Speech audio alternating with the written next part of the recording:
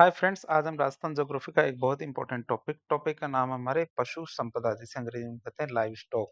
इसके बारे में काफी डिटेल से चर्चा करेंगे। आप हमारे साथ बने रहिए ताकि आप इसके बारे में जानकारी प्राप्त हो सके। तो शुरुआत करते हैं आज का टॉपिक। टॉपिक की शुरुआत हम करेंगे इसके परिचय से। परिचय की बात करें तो पशु संपदा क्या होती है? अर्थव्यवस्था के प्राथमिक क्षेत्र का हिस्सा होती है। जो हमारी पशु संपदा होती है वो क्या होती है? हमारी जो अर्थव्यवस्था होती है उसके प्राथमिक क्षेत्र का हिस्सा होती है। और हमारे मिश्रित और शुष्क कृषि का एक बहुत ही महत्वपूर्ण अंग होती है। यदि आपसे पूछा जाए कि क्या पशु संपदा को मिश्रित और शुष्क कृषि का हिस्सा माना जाता है, तो आपको बताना पड़ेगा हाँ, ये हमारे इसका हिस्सा माना जाता है। बात करें पशु संपदा के योगदान की, तो पशु संपदा के योगदान की बात करें तो अर्थव्यवस्था में कृषि और उनके संबंधित क्षेत्रों में पशुधन का अंश या योगदान की बात करें तो राजस्थान कितना 49.35% है। आप इसे याद रखेंगे कि हमारे कृषि और उसके संबंधित क्षेत्रों में पशुधन का कितना अंश हमारे 49.35% है। कहाँ? राजस्थान में। बात करें राजस्थान के राज्य जो सकल घरेलू उत्पाद है एसजीडीपी है, उसमें पशुपालन का योगदान कितना है? ओवरऑल देखें तो 10.99% है। और कृषि कृषि के मुकाबले देखें तो पूरे कृषि में हमारे 49.35% पशुधन का योगदान है। और जीडीपी की बात करें स्टेट की, तो उसमें हमारे 10.99% योगदान है हमारे पशुधन का।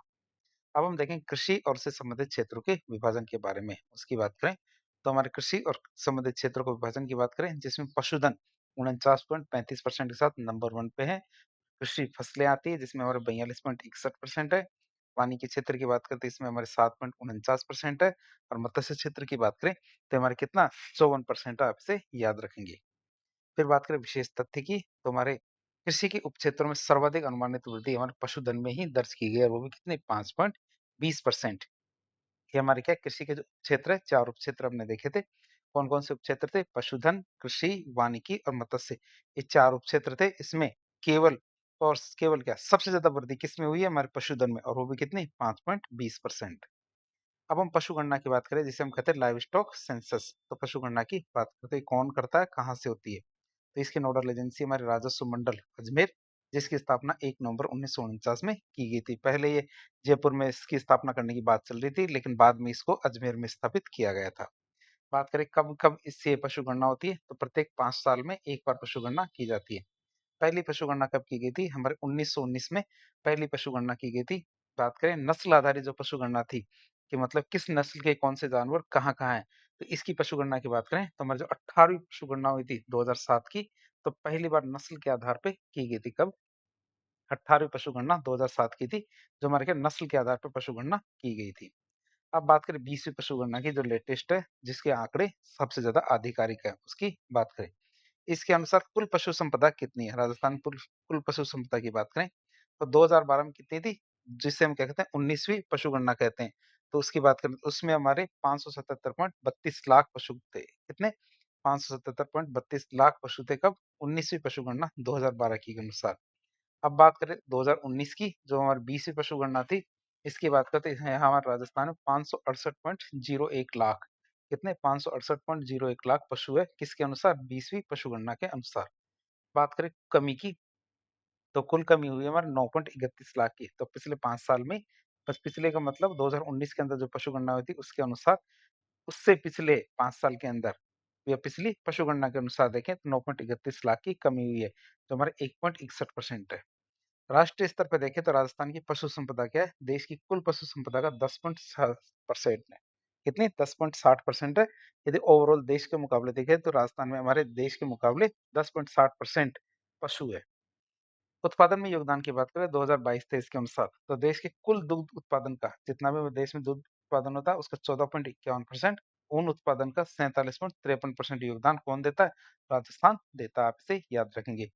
क्या दुग्ध उत्पादन का तो 14.51% और ऊन उत्पादन का कितना 47.53% योगदान कौन देता है? राजस्थान देता है।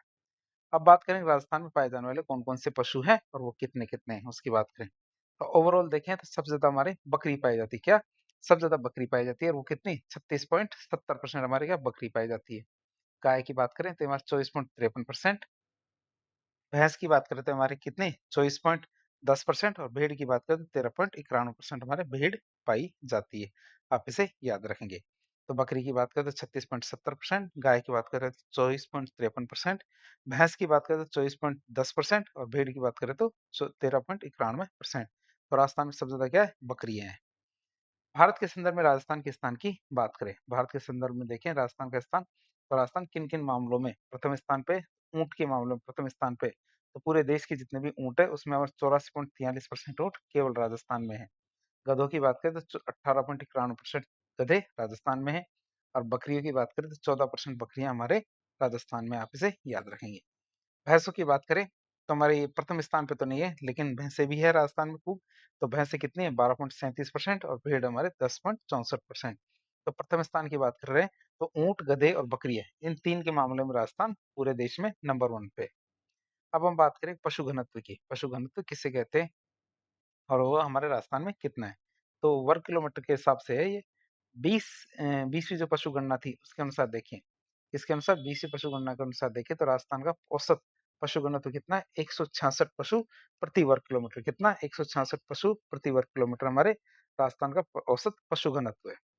बात करें सर्वाधिक पशु घनत्व वाले कौन-कौन से जिले हैं जिनमें हमारे पशु घनत्व ज़्यादा पाया जाता है? जिसमें नंबर 1 पे डूंगरपुर 433, बांसवाड़ा 383, तीसरा हमारा कौन-सा दौसा 308 और चौथा हमारा कौन-सा जयपुर 208। तो इस तरह हम देख सकते हैं पशु घनत्व की। तो ओवरऑल देखें तो सबसे ज़्यादा कहाँ है? डूंगरपुर में 433, फिर बांसवाड़ा 386, तीसरा फिर दौसा 308 और जयपुर है 208। और ये सब हमारे क्या 33 जिलों के अनुसार है, 41 जिलों के अनुसार नहीं है। फिर न्यूनतम पशु घनत्व वाले जिलों की बात करें तो इसमें नंबर 1 पे कौन आता है? नंबर 1 का मतलब सबसे नीचे जैसलमेर 62, बीकानेर पे 90, बारां 111 और चूरू 117। जहाँ हमारे क्या न्यूनतम पशु घनत्व है। जैसलमेर का कारण आप समझ सकते हैं पशु घनत्व कम होने का। क्यों? क्योंकि जैसलमेर का क्षेत्रफल ही ज़्यादा है। वैसे तो वहाँ पशुओं की संख्या भी बहुत ज़्यादा है, लेकिन क्या क्षेत्रफल ज़्यादा होने की वजह से घनत्व में कमी आती है। फिर बात करें पशुओं की संख्या में वृद्धि और कमी की बात करें किसके अनुसार? 20वीं पशु गणना के अनुसार देखें तो पशुओं की संख्या में कहाँ वृद्धि हुई, कहाँ कमी हुई, इसकी बात करें तो सर्वाधिक बढ़ोतरी वाले पशु कौन-कौन से हैं? तो संख्या के आधार पर बढ़े हैं हमारे भैंस और गाय। संख्या के आधार पर देखें तो भैंस और गाय बढ़ी है। प्रतिशत के आधार पर देखें तो भैंस हमारी 5.53% और गाय हमारी कितनी 4.60% बढ़ी है। तो संख्या और प्रतिशत दोनों के आधार पर हमारी गाय और भैंस, मतलब भैंस नंबर 1 पे, फिर गाय दूसरे नंबर पे आती है।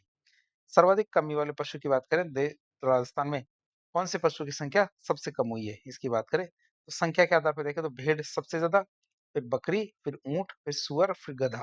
तो ये हमारे क्या कम होने वाले पशु है।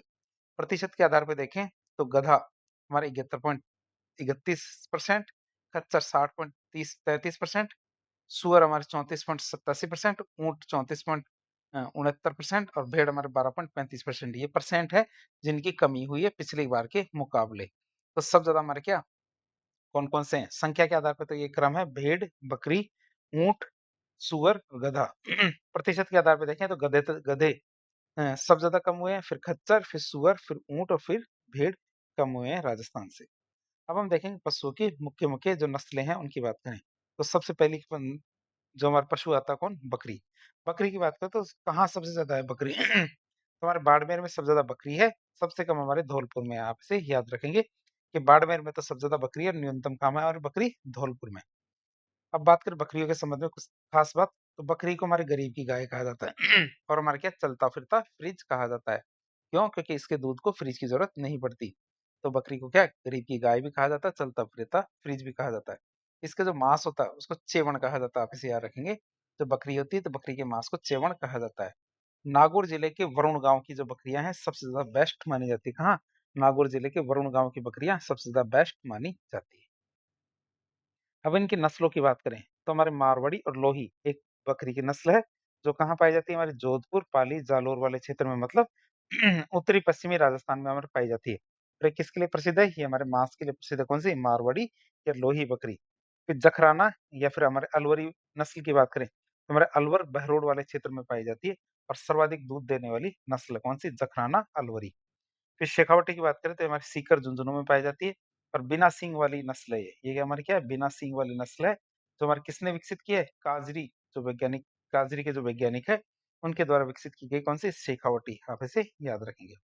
फिर बात आती है पर्वतसरी। पर्वतसरी की बात करें तो नागौर, अजमेर, टोंक इन क्षेत्रों में पाई जाती है और पौष्टिक दूध देने वाली नस्ल कौन सी? पर्वतसरी। बारबरी की बात करें तो बारबरी हमारे पूर्वी राजस्थान में पाई जाती है। अलवर, भरतपुर, करौली और धौलपुर इनके अंदर पाई जाती है हमारे कौन सी? बारबरी। और सर्वाधिक सुंदर नस्ल कौन सी? बारबरी। सिरोही की बात करें तो ये हमारे सिरोही और जालौर के अंदर पाई जाती है सिरोही नस्ल की और ये किसके लिए प्रसिद्ध है? मांस के लिए प्रसिद्ध है।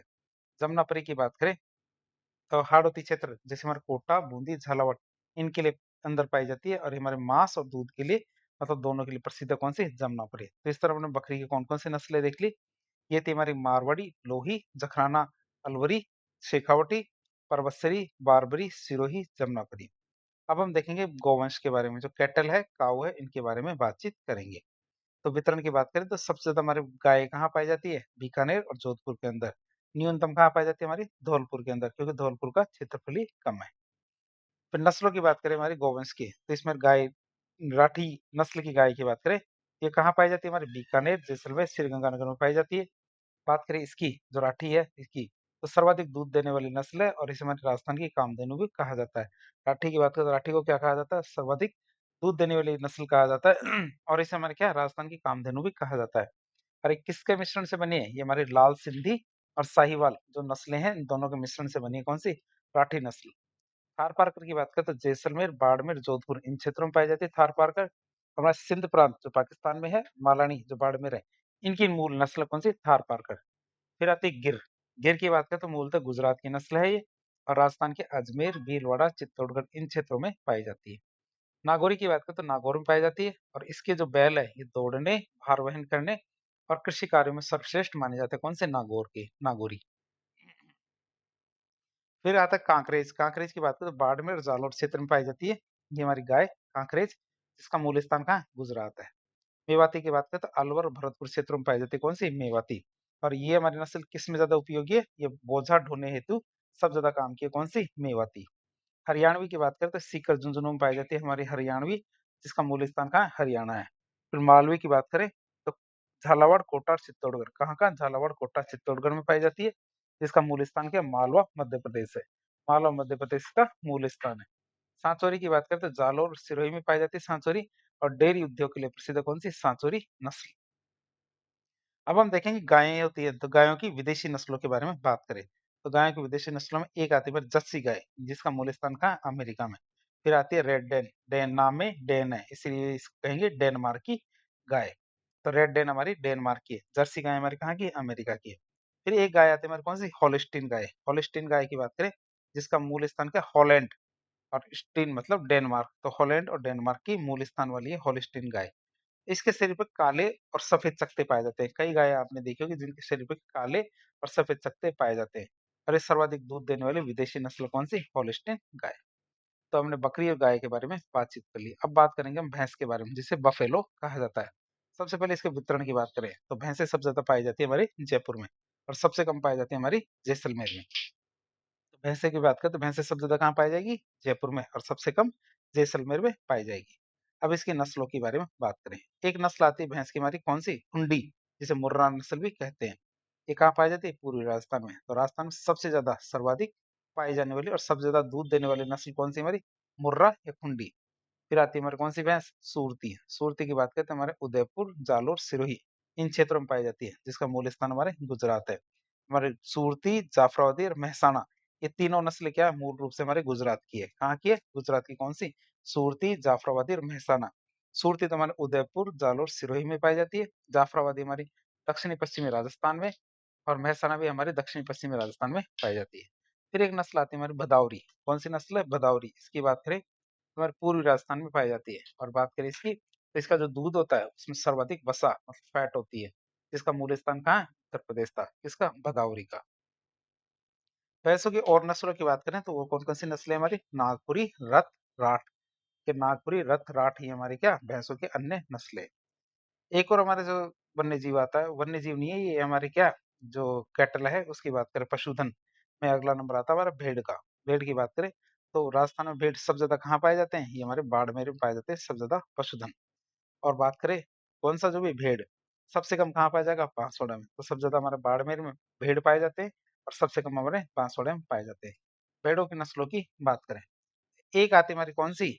मालपुरी। मालपुरी की बात करें तो हमारे जयपुर, टोंक और सवाई माधोपुर कौन-कौन से? जयपुर, टोंक और सवाई माधोपुर क्षेत्र में पाई जाती है ये वाली भेड़ की नस्ल। इसकी विशेषता की बात करें तो इसकी ऊन क्या है? मोटी होती है। ऊन कैसी होती है इसकी? मोटी होती है और ऊन मोटी होने की वजह से इसका उपयोग कहाँ करते हैं? गलीचों में करते हैं। गलीचों के निर्माण में हमारे मालपुरी जो नस्ल की जो हमारी भेड़ है, उसकी ऊन का इस्तेमाल करते हैं। चोकला की बात करें तो झुंझुनू, सीकर, बीकानेर, कहाँ हमारे झुंझुनू, सीकर, बीकानेर ये इन क्षेत्रों में पाई जाती है हमारी चोकला नस्ल। और इस सर्वश्रेष्ठ किस्म की ऊन इससे प्राप्त होती है। और इससे हमारे क्या भारत की मेरिनो कहा जाता है। किसी चोकला नस्ल की जो भेड़ है, जिसे हम क्या कहते हैं, भारत की मेरिनो कहते हैं।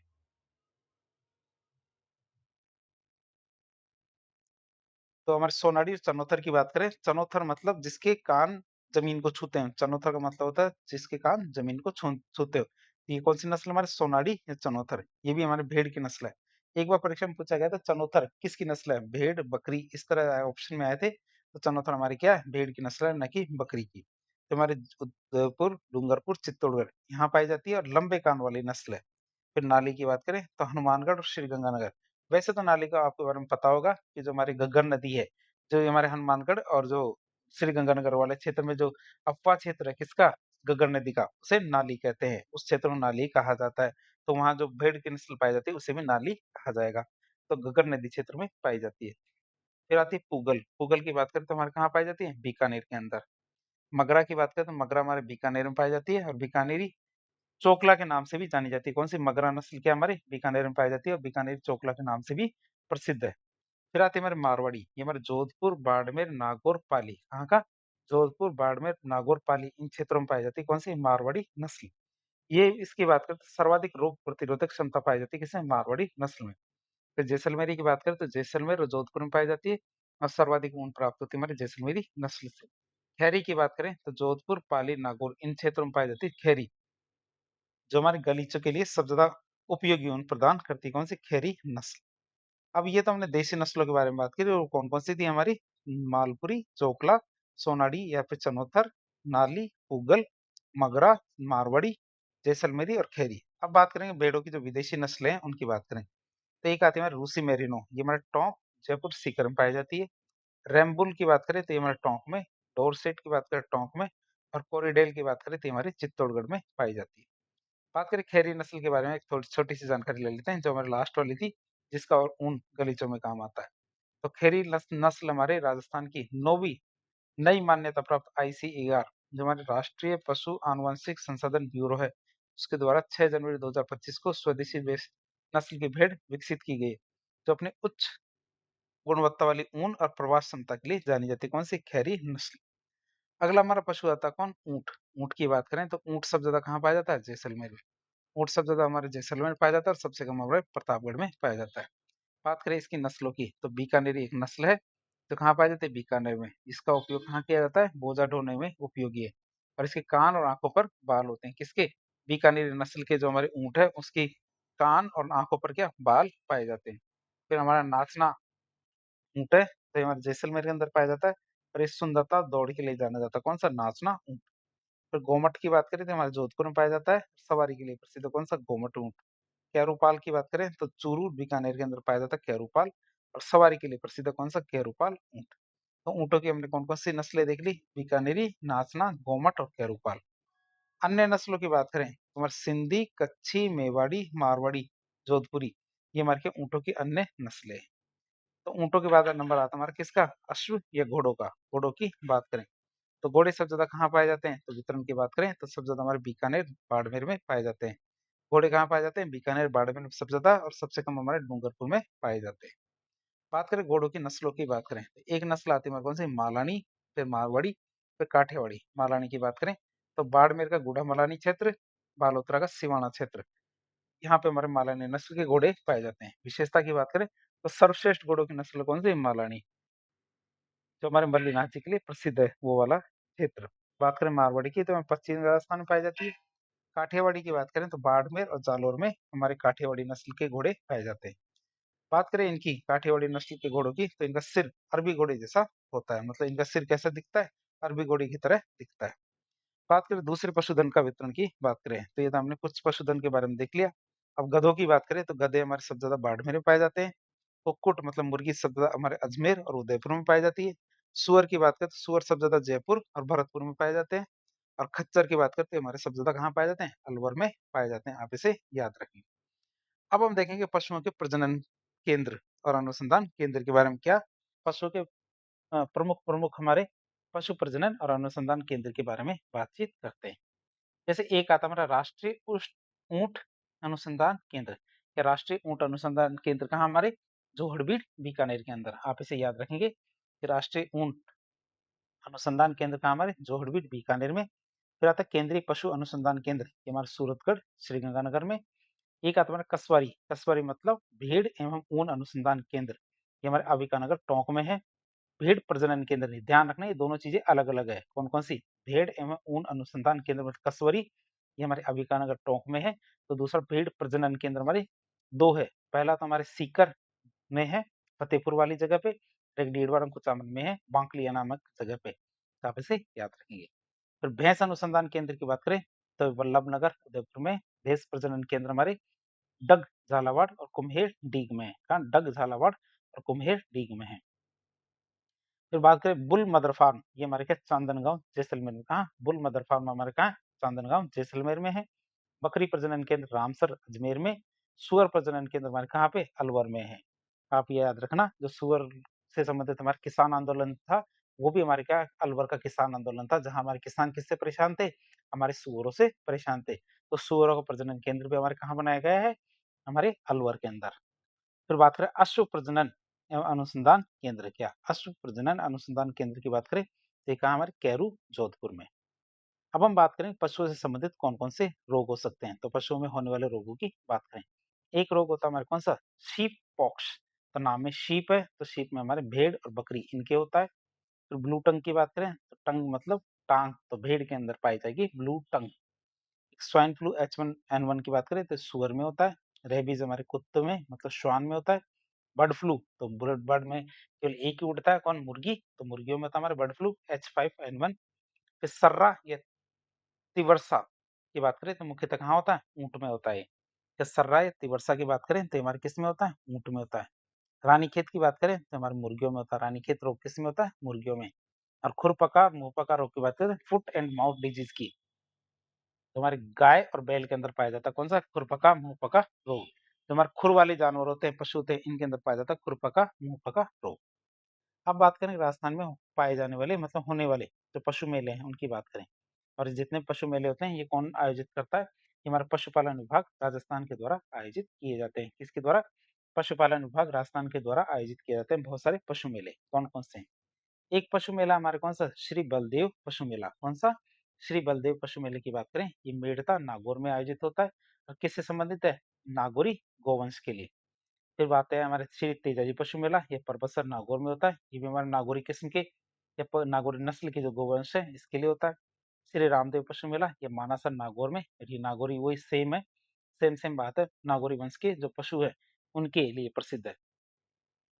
फिर मल्लीनाथ जी के नाम से प्रसिद्ध मल्लीनाथ जी पशु मेला, ये हमारे तिलवाड़ा बाड़मेर में। और ये हमारे थार पारकर और कांकरेज, या थार पारकर और कांकरेज नाम की जो नस्ल की जो हमारे गोवंश है उनके लिए प्रसिद्ध है। फिर आता है चंद्रभागा पशु मेला, ये हमारा झालरापाटन झालावाड़ में है। और मालवी नस्ल की जो हमारी गाय हैं इनके लिए प्रसिद्ध है। एक आता है हमारा गोमती सागर पशु मेला, ये गोमती सागर पशु मेले की बात करें तो ये भी हमारे झालरापाटन झालावाड़ में है, और ये भी हमारे मालवी नस्ल की जो गोवंश है उनके लिए प्रसिद्ध है। फिर आता है हमारा श्री जसवंत पशु मेला, कौन सा, श्री जसवंत पशु मेला, ये हमारे भरतपुर के अंदर बढ़ता है। और ये बात करें तो हरियाणवी नस्ल के गोवंश के लिए प्रसिद्ध है। गोगामेडी पशु मेला, ये हमारे हनुमानगढ़ में है, भरता है। और ये हमारे क्या हरियाणवी नस्ल के जो गोवंश है उनके लिए प्रसिद्ध है। अगला मेला आता है हमारे कौन सा, महाशिवरात्रि पशु मेला। कौन सा, महाशिवरात्रि पशु मेले की बात करें तो करौली में पड़ता है। और किसके लिए प्रसिद्ध है, हरियाणवी नस्ल के पशुओं के लिए प्रसिद्ध है। फिर आता है हमारा कार्तिक पशु मेला, ये हमारा पुष्कर अजमेर में भरता है। और गिर नस्ल के जो गोवंश है इसके लिए प्रसिद्ध है। तो इसके लिए तरह हमने सभी जो हमारे मेले थे इनके बारे में देखा। अब देखेंगे राजस्थान में पशु विकास से संबंधित कौन कौन सी योजनाएं हैं। तो योजनाओं की बात करें तो पहली योजना आती है हमारी कौन सी, गोपाल योजना। गोपाल योजना की बात करें तो इसकी शुरुआत हमारे कब की गई थी, 2 अक्टूबर 1990 में हमारी इसकी शुरुआत की गई थी। किसकी, गोपाल योजना की। बात करें इसकी तो यह योजना हमारे दक्षिणी पूर्वी राजस्थान के 10 जिलों में लागू है। कितने, 10 जिलों में लागू है दक्षिणी पूर्वी राजस्थान की। उद्देश्य की बात करें तो ग्रामीण क्षेत्रों में पशुओं की जो नस्लें हैं, ग्रामीण क्षेत्रों में पशुओं की नस्लों में सुधार करना और स्थानीय युवाओं को रोजगार के अवसर प्रदान करना इसका उद्देश्य है इस योजना का। अगली योजना आती है हमारी कौन सी, कामधेनु योजना। कामधेनु योजना की बात करें तो इसकी शुरुआत 1997-98 में की गई थी। उद्देश्य की बात करें तो गोवंश से संबंधित उन्नत नस्ल के क्या गौवंश से संबंधित उन्नत नस्ल के प्रजनन केंद्रों की स्थापना करना इसका मुख्य उद्देश्य था। एक स्कीम थी हमारे एडमास। एडमास स्कीम की बात करें, जिसका पूरा नाम था animal disease monitoring and surveillance. बात करें इसकी शुरुआत की तो एडवांस स्कीम हमारे 1999 में शुरू की गई थी, जिसका उद्देश्य क्या था, आईसीएआर मतलब भारतीय कृषि अनुसंधान परिषद। इसके माध्यम से हमारे गाय और भैंस की, इसकी गाय और भैंस की उन्नत नस्लों की, या गाय और भैंस की जो नस्लें हैं उनको विभिन्न बीमारियों से मुक्त रखना स्कीम थी हमारी। कौन सी, एडमास स्कीम, जिसका पूरा नाम था animal diseases monitoring and surveillance. अगली हमारी जो मिशन आता है, मिशन का नाम है हमारा राजीव गांधी कृषि और पशुपालन विकास मिशन। क्या हमारे, राजीव गांधी कृषि और पशुपालन विकास मिशन की बात करें, जिसकी शुरुआत 19 जनवरी 2010 को की गई थी। जिसका उद्देश्य क्या था, राज्य की पशु विकास नीति में निर्धारित किए गए जो उद्देश्य हैं, इनको पूरा करना। क्या था इसका उद्देश्य, राज्य की पशु विकास नीति में जो निर्धारित किए गए उद्देश्य थे उनको पूरा करना। अगली योजना आती है हमारी कौन सी, मुख्यमंत्री पशुधन निःशुल्क दवा योजना। मुख्यमंत्री निःशुल्क पशुधन निःशुल्क दवा योजना की बात करें तो ये योजना हमारे 15 अगस्त 2012 में शुरू की गई थी। कब, 15 अगस्त 2012 में ये योजना शुरू की गई थी। जिसका उद्देश्य क्या था, इसका उद्देश्य था राज्य सरकार के द्वारा पशुओं के उत्तम स्वास्थ्य और विकास के लिए, किसके लिए, पशुओं के उत्तम स्वास्थ्य और विकास के लिए आवश्यक जो 200 प्रकार की दवाइयां निःशुल्क उपलब्ध कराना। ये 200 प्रकार की दवाइयां निःशुल्क उपलब्ध कराना इसका उद्देश्य था। अगली योजना आती है हमारी कौन सी, अविका कवच योजना। अविका कवच कवच योजना की बात करें तो इसकी शुरुआत हमारी 2004 में हुई थी, और इसे हमारे 2009 और 2014 में दोबारा से प्रारंभ किया गया, मतलब संशोधित किया गया था। इसकी बात करें विशेषता की तो मुख्य रूप से हमारे भेड़ों की बीमा योजना कौन सी, अविका कवच योजना। इसके अंतर्गत अंतर्गत क्या सब्सिडी दी जाती है, तो हमारे जो एससी एसटी और बीपीएल वर्ग है, कौन सी, एससी एसटी और बीपीएल वर्ग है, उनको तो 80% और अन्य जो सामान्य वर्ग है उनके लिए 70% की सब्सिडी दी जाती है। आपसे याद रखेंगे अविका कवच योजना। तो ये बीमा योजना है, इसमें हमारा जो पैसा कटता है तो उसमें हमारी सब्सिडी दी जाती है। फिर भामाशाह पशु बीमा योजना की बात करें, इसकी शुरुआत हमारे 23 जुलाई 2016 से की गई थी। जिसका उद्देश्य क्या था, भामाशाह कार्ड धारक जो पालक है उनके पशुओं की बीमा करना। जो भामाशाह कार्ड धारक जो पशुपालक उनको क्या है, उनके जो पशु है उनका बीमा करना इसका उद्देश्य था। इसमें भी हमारा अनुदान मतलब सब्सिडी दी जाती है। जो उसकी प्रीमियम आता है उसकी बात करें तो S C S T BPL के लिए तो 70% का अनुदान और सामान्य श्रेणी के लिए 50% का अनुदान दिया जाता है। फिर बात आती है मेरे गौशाला बायोगैस सहभागिता योजना। ये गौशाला बायोगैस सहभागिता योजना की बात करें तो इसकी शुरुआत हमारे 1 अप्रैल 2018 को की गई थी। कब, 1 अप्रैल 2018 को इसकी शुरुआत की गई थी। जिसका उद्देश्य क्या है, इसका उद्देश्य है गौशालाओं के ऊर्जा के क्षेत्र में, या गौशालाओं को ऊर्जा के क्षेत्र में आत्मनिर्भर बनाना। प्रावधान की बात करें तो प्रत्येक चयनित गौशाला में, जितने भी चयनित होगी गौशाला, तो प्रत्येक चयनित गौशाला में एक बायोगैस संयंत्र लगाया जाएगा। क्या, एक बायोगैस संयंत्र लगाया जाएगा प्रत्येक चयनित गौशाला में। अनुदान की बात करें तो संयंत्र की लागत का 50%, जितने भी संयंत्र लगाए जाएंगे उसकी लागत का 50% या फिर अधिकतम 40 लाख तक अनुदान राज्य सरकार के द्वारा दिया जाएगा। कितना, 40 लाख तक अनुदान राज्य सरकार के द्वारा दिया जाएगा। अगली योजना आती है हमारी कौन सी, मुख्यमंत्री दुग्ध उत्पादक संबल योजना। कौन सी योजना है, मुख्यमंत्री दुग्ध उत्पादक संबल योजना, जिसकी शुरुआत हमारे 1 फरवरी 2019 को की गई थी। इसके प्रावधान क्या है, जो सरस डेयरी है, जो हमारी सहकारी डेयरी है राजस्थान की, उसमें दूध की आपूर्ति करने वाले जो पशुपालक है उनको मिलने वाली अनुदान राशि को 2 रुपए प्रति लीटर पहले मिलती थी, जिसको बढ़ा के 5 रुपए प्रति लीटर कर दिया गया। किसके तहत, मुख्यमंत्री दुग्ध उत्पादक संबल योजना के तहत। बात करें अगली योजना की, अगली योजना आती है हमारी कौन सी, नंदी गौशाला सहभागिता योजना। कौन सी है, नंदी गौशाला सहभागिता योजना की बात करें, इसकी शुरुआत हमारे 29 अगस्त 2019 को की गई थी। कब, 29 अगस्त 2019 को इसकी शुरुआत की गई थी। इसके प्रावधान की बात करते हैं, इसमें हमारे राज्य सरकार और संस्था की भागीदारी, किसकी, राज्य सरकार और संस्था की भागीदारी 90 और 10 के अनुपात में होती है। वर्तमान स्थिति की बात करें तो इसके तहत अब क्या है, 16 नंदी गौशालाएं स्थापित की जा चुकी है। कितनी, 16 नंदी गौशालाएं स्थापित की जा चुकी है नंदी गौशाला सहभागिता योजना के तहत। अगली योजना आती है हमारी कौन सी, कामधेनु बीमा योजना। योजना का नाम है कामधेनु बीमा योजना की, जिसकी शुरुआत हमारे 6 सितंबर 2023 को की गई थी। कब, 6 सितंबर 2023 को इसकी शुरुआत की गई थी। पात्रता की बात करें तो ये योजना हमारे दुधारू पशु, मुख्यतः हमारे गाय और भैंस के लिए है। कौन सी, कामधेनु बीमा योजना हमारे किसके लिए, दुधारू पशु मतलब गाय और भैंसों के लिए है। प्रावधान की बात करें तो इसमें 40,000 प्रति पशु का निःशुल्क बीमा किया जाता है। किसमें, कामधेनु बीमा योजना में। बात करें इसके तो इसके परिवार के अधिकतम 2 पशुओं का बीमा किया जाएगा। इसमें क्या है, एक परिवार के अधिकतम 2 पशुओं का बीमा किया जाता है। यदि किसी पशुपालक के पास 2 से ज़्यादा पशु है, तो अपेक्षाकृत अधिक दुधारू और स्वस्थ पशु का ही बीमा किया जाएगा। ओ, लेकिन 2 ही पशु का की जाएगा। अगली योजना आती है हमारी कौन-सी? मुख्यमंत्री मंगला पशु बीमा योजना। कौन-सी? मंगला पशु बीमा योजना की बात करें, तो इसकी शुरुआत हमारी जुलाई 2024 के बजट के साथ शुरू किया गया था। इसका लक्ष्य था वित्तीय वर्ष 2025-26 में कितने 42 लाख पशु जो पशु हैं, उनका बीमा करने का लक्ष्य किया गया था। बात करें पशुओं की संख्या, कि पशुवार बीमा लक्ष्य की बात करें पशुओं की संख्या के अनुसार, तो ऊँट के लिए या ऊँटनी के लिए हमारा 2 लाख का बीमा, गाय के लिए 10 लाख का बीमा, भैंस के लिए 5 लाख का, भेड़ के लिए 10 लाख का और बकरी के लिए 10 लाख का बीमा तय किया गया था।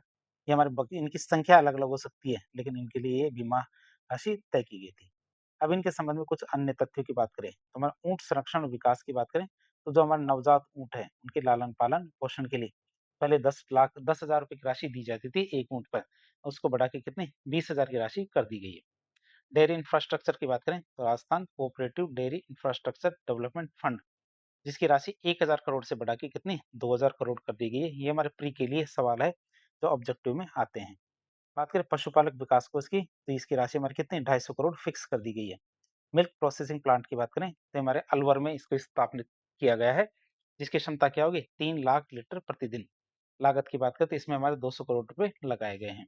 मुर्गी चारा इकाई जिसे हम कहते हैं पोल्ट्री फीड यूनिट, तो ये हमारे 2026-27 में अभी प्रस्तावित किया गया है। कहाँ बनाया जाएगा? हमारे तबीजी अजमेर में क्या हमारे पोल्ट्री फीड यूनिट या मुर्गी चारा इकाई। बडली भेरू पशु मेले की बात करें तो जोधपुर में स्थापित शुरू होगा ये, और ये हमारे राज्य स्तरीय पशु मेला है जिसका आयोजन हमारे 28 जनवरी से 1 फरवरी 2026 तक चलेगा। ये याद रखना आप, बडली बेरू पशु मेला। तो इस तरह आज एक लेक्चर के जरिए हमने राजस्थान के भूगोल का एक बहुत ही इंपॉर्टेंट टॉपिक था हमारा लाइव स्टॉक मतलब पशुधन। इसके बारे में काफी डिटेल से जानने की कोशिश की। तो इस प्रकार के इन्फॉर्मेटिव वीडियो देखने के लिए हमारे चैनल से जुड़े। वीडियो यदि पसंद आता तो वीडियो को लाइक करें, चैनल को सब्सक्राइब करें, अपने दोस्तों के साथ शेयर करें। धन्यवाद।